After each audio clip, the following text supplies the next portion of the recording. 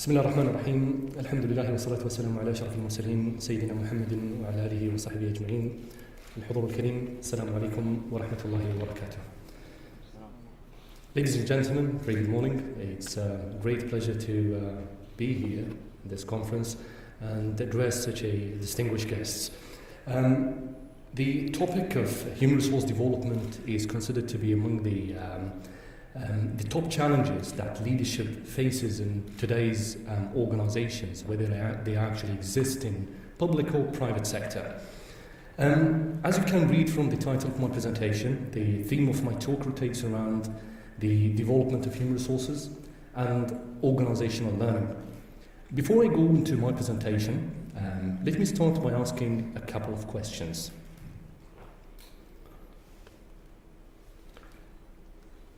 How many of you see a relationship between business agility and competitive advantage? Can I see hands, please? So the rest, do you agree that there is actually, or disagree with the fact that there is a connection between business agility and competitive advantage? I see that some people might be a bit shy to respond to this question, but let me go on to the second question. How many of you agree or disagree with the following statement? Workforce engagement in organization is a critical business success factor. All right, the majority agrees with that. Fair enough. Well, employee engagement is basically about employees who are supposed to be fully involved in and enthusiastic about their work. Indeed, there is a strong relationship between business agility, competitive advantage, and workforce engagement. In fact, engaging employees is becoming one of the biggest competitive differentiators in business today.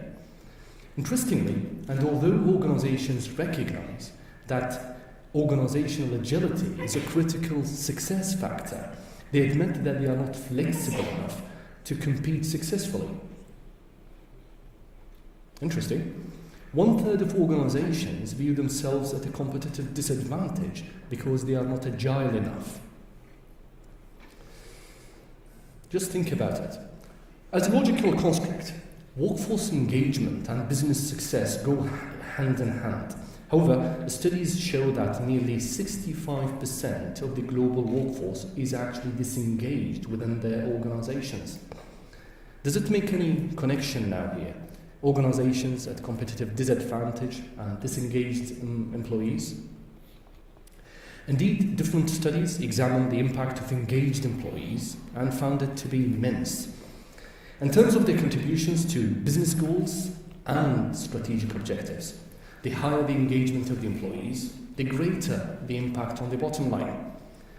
But we need to also differentiate here between the private sector and the public sector. The issue of workforce engagement is tackled more seriously in the private sector simply because this sector is driven by commercial needs. And basically all the studies that we have today, it's actually based on case studies coming from the private sector. We all know that workforce engagement is tackled less seriously in public sector organizations. So again, when we need to also differentiate between public sector, private sector, and at country level. Countries like the UAE, as well as again as a global practices, this issue has been is actually being addressed with terms like government efficiency and government effectiveness. Handling workforce engagement and HR development at a country level is all about national skill development, and we need to look at it from that standpoint. Because again, when we talk about national skill development, this is actually looked at in terms of its contribution to the human capital index and the overall GDP. But organizations are still facing big challenges in public and private sectors to effectively engage employees, despite the gigantic investments in HR development. So the question that one would actually ask is, why organizations are failing to engage their workforce, although it's considered as important. From a practical perspective, being a practitioner as well as a researcher, I can actually think of few scenarios for such failing. One among those scenarios is related to the fact that organizations or management in organizations are still using old approaches for new problems. If I actually put this a bit differently, we are running 21st century organizations with 20th century workplace practices and programs. So do you see where the problem is coming from? Do you see where I'm actually coming from? All right. To analyze this and to pinpoint where the problem is, I tend to depict organizations in very simply with a pyramid of 3 dimensions: people, process, and technology. Due to the rapid technological developments and the rising societal needs, many organizations have been paying more attention to the process and technology dimensions, but lesser attention to the people dimension. I also tend to put this pyramid of the people, process, and technology in another circle of the 3 E's: efficiency, effectiveness, and efficacy. Process and technology contribute towards efficiency and effectiveness of operations, but the skilled workforce alone contributes to efficacy, although I see that the 3 of them are actually related to the 3 of them. The argument that I'm actually trying to make here or establish is that organizations need to pay more attention to the development of their people.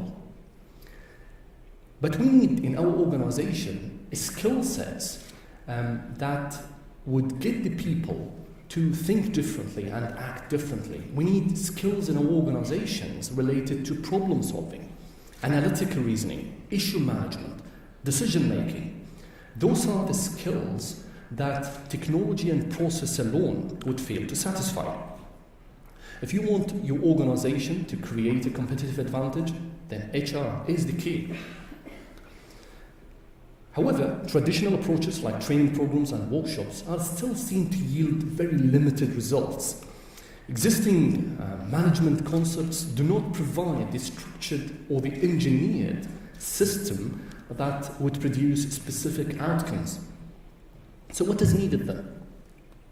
It's more of a holistic, scientific approach for understanding the learning needs in an organization and addressing them. Organizational learning. How many of you have heard about the term organizational learning? Good. Okay. Almost half of the room here. Organizational learning is a concept that has been attracting a significant attention in the past few years. It basically focuses on the continuous development of learning capacities at individual and organizational levels to improve their levels of performance. Basically, this is organizational learning. Due to the time constraint, I'm not going to go into the details of organizational learning as well. But the beauty of organizational learning is that it could act as an approach to recognize and overcome learning disabilities in organizations. How many of you have heard about learning disabilities? Learning disabilities? 3, 4, 5, okay, 6, 7. Any more? All right. Peter Senge, one of the gurus in organizational learning, he actually came up with 7 learning disabilities in organizations. Before I actually move on, how many people they think that they have got a learning disability in their organizations? Learning disabilities, almost half of the room. Okay, maybe after I actually go through this, we could actually, have more hands up. If you just characterize your organization, whether at the organization level or at the individual level, to have one or more of such symptoms that are actually depicted on the screen, then you have a learning disability. Let me just go through them very quickly. Do you have in your organization people that always don't really grab the full picture? They concentrate on their sort of, work environments or the scope of the work that they actually get involved in, but they don't really understand the full picture that they are actually working in. Do you have a culture of passing blames? People pass blames to each other. Do you have people who are assuming that they are proactive, but they are reactive? Do you have people in your organization who actually work with short-term goals? And they look at things from an operational perspective with much emphasis on again, short-term planning? Do you have people who are actually very slow in reacting to change? Do you have people who actually rely on their experiences and they think that everything is going to go according to what has happened in the previous times, and that they could actually be able to solve the same problem the same old way? And again, skills and competence in organizations at the management level or at individual level.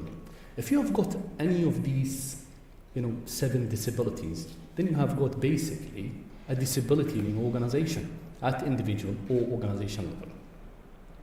Do you have an organizational disability in your organization? Well, I see lesser hands now. Well, this is a good indication. Okay. So what action should be we should be actually taking, and what's the path that we could actually follow to address such challenges that we face as leadership in our organizations? To me, leadership is the word. If you want to achieve any task, then you have got to have somebody owning a task to be completed. So leadership is a fundamental activity or fundamental thing that need to exist in organizations, because basically organizations take on the personality of their leaders. So if we have got disabilities in our organizations, it means that our leadership is not really playing a good role in overcoming such disabilities. If I put it actually differently, organizations are actually products of their leaders. Such organizations need to pay more attention as to how we select and prepare our leaders in our organizations. It is the leadership that will be responsible for the subsequent organizational skill development and its sustainability. What is leadership? In very simple terms, leadership is about influencing others, influencing employees, supporting them to achieve a common objective. A very simple definition of leadership that I actually like. Although it's simple, but it's not. Well, what is interesting, it's actually in this model that is actually depicted on the diagram on the screen here. This model depicts leadership levels. The first level of leadership represents firefighters. Then the second level, we have solution-oriented leaders. Then, as the risk appetite increases, we find leaders who are critical thinkers, then innovators. Then, at the ultimate level, we have those who are considered to be game changers. An interesting point is that in today's organizations, most of leadership, 90% of them, are actually of firefighting nature. For organizations to succeed, leadership and organizational skills need to evolve across the spectrum of mental energies, from merely a firefighting mindset and skill set to a game-changing mindset and skill set. This needs lots of learning. As I said from the beginning, the theme of my presentation is about learning, organizational learning. But for such learning to happen, the process needs to be consciously managed to induce transformation in our organizations, and for organizations to understand what are the learning disabilities and how they should actually address it. This would require also organizations to consider concepts like adaptive learning systems. Adaptive learning systems deals with learning that again moves away from passive receptors of information to collaborators and users of information. So, as I said in the beginning, that traditional training approaches are not actually yielding good results. So the only issue and the only solution that we are having today is to adopt adaptive learning systems. I'm not referring here to e-learning systems only, because today when you just Google it on the internet, you see adaptive learning always attached to e-learning systems. But I'm not talking about e-learning systems here only alone, but I'm also talking about new management approaches like mentoring, one-to-one mentoring, one-to-one coaching, as also another approach for adaptive learning. Also, education material in adaptive learning systems need to focus on the development of cognitive skills, and also on the accommodation of both instruction and construction of knowledge. But for such environments to really exist or be prepared in our organizations need to adopt radical thinking to bring about such transformation. They need to stretch out of their comfort zones, challenge their norms, and accept change for good. This would require organizations also to pay attention to knowledge development. We need to move away from the perception that we view education to be very important. And this is actually philosophy everywhere, again in our cultures. And we need to, again, to have a paradigm shift where we consider education as everything. Organization brains as such then need to be reprogrammed for such orientation. Going quickly on this and wrapping up just my presentation, organizations need to efficiently and effectively exercise knowledge management. If you really want to succeed, you want to build, to have a business agility, you want to have a competitive advantage, then you have got to rely on knowledge management, which should take the organization, and this is the role of the leadership, to transform those implicit knowledge to explicit knowledge and get it into the continuous learning loop. This would indeed contribute to the development of what's so-called knowledge repositories and hence the dissemination of knowledge across organizational teams, from leadership teams to executive management teams to operational employee teams.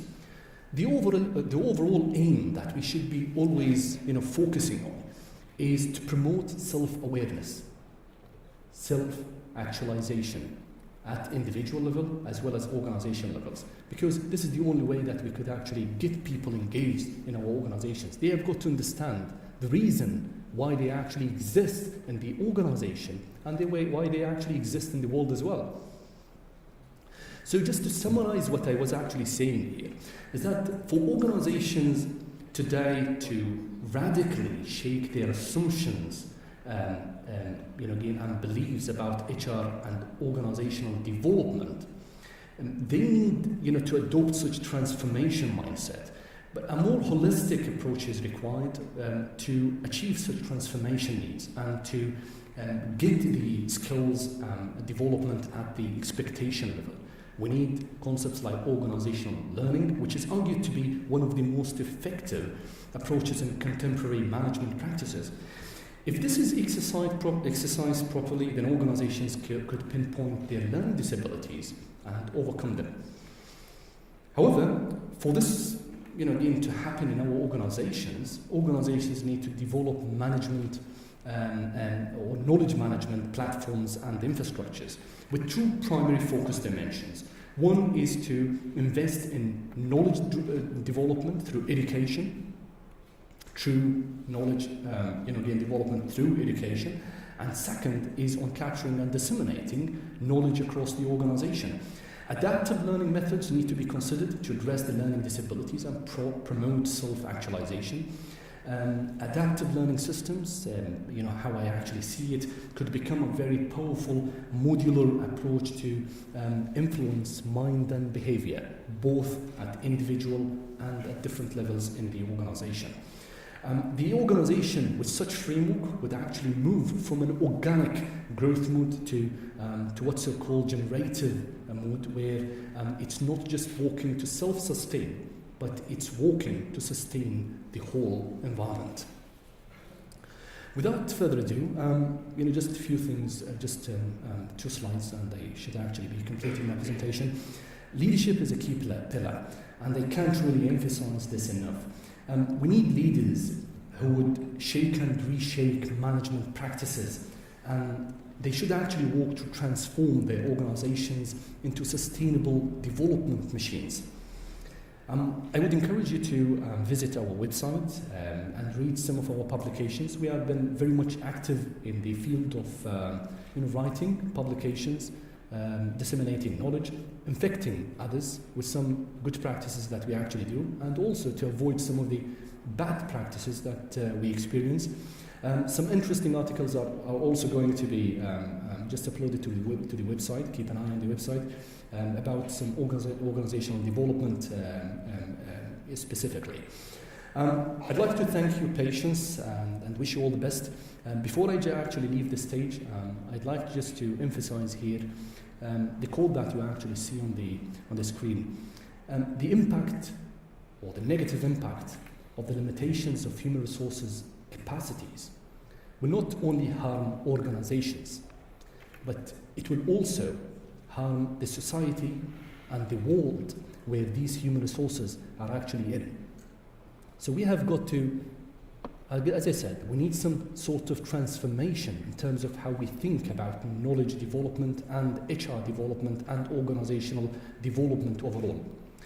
This should not be, when we talk about education and learning, it should not be just given to universities and academic institutions, but it should be responsibility of the public and private sector to handle and to work in achieving global agendas, national agendas, and also organizational agendas. Thank you very much.